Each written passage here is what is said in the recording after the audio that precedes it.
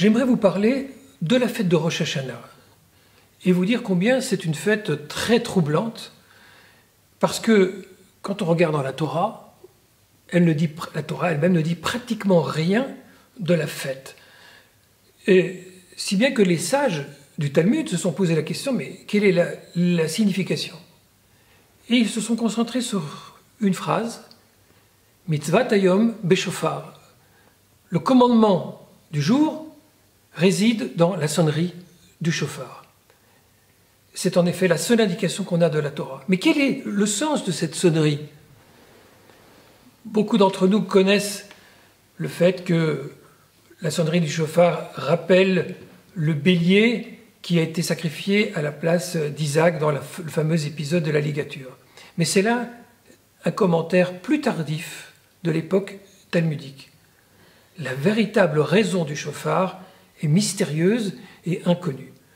Quand Maïmonide, au Moyen-Âge, en parle, il dit « c'est un décret rabbinique », c'est-à-dire nous n'avons pas d'explication, nous devons simplement la réaliser.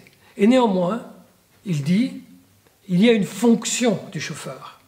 Et la fonction, c'est de nous réveiller de notre torpeur. C'est une sonnerie au sens du réveil, nous amener à avoir en quelque sorte une sorte de secousse, d'électrochoc. Le shofar est sans contenu de signification. Il est là pour nous remuer l'âme, pour nous sortir de nos habitudes et nous interroger sur le sens de notre existence. Et quel est ce sens? Maïmonide donne une très belle image qu'il reprend du Talmud. Il dit ceci: si on veut comprendre à quoi sert le shofar, il faut s'imaginer que les actions qui sont les nôtres, de chacun d'entre nous, sont posées sur une balance.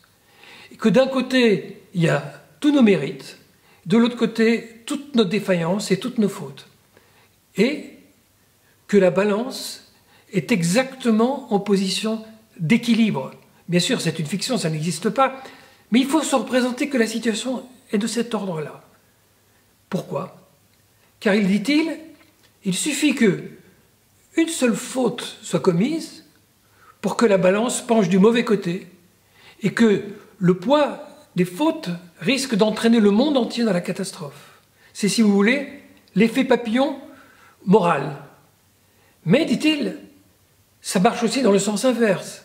Il suffit que nous fassions une bonne action, quelque chose qui sort du cœur, qui soit authentique, pour que du coup, le poids de la balance aille dans l'autre sens, dans le sens du mérite, et entraîne avec lui tout le poids des mérites du monde.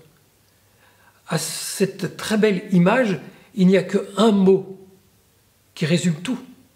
C'est le mot responsabilité.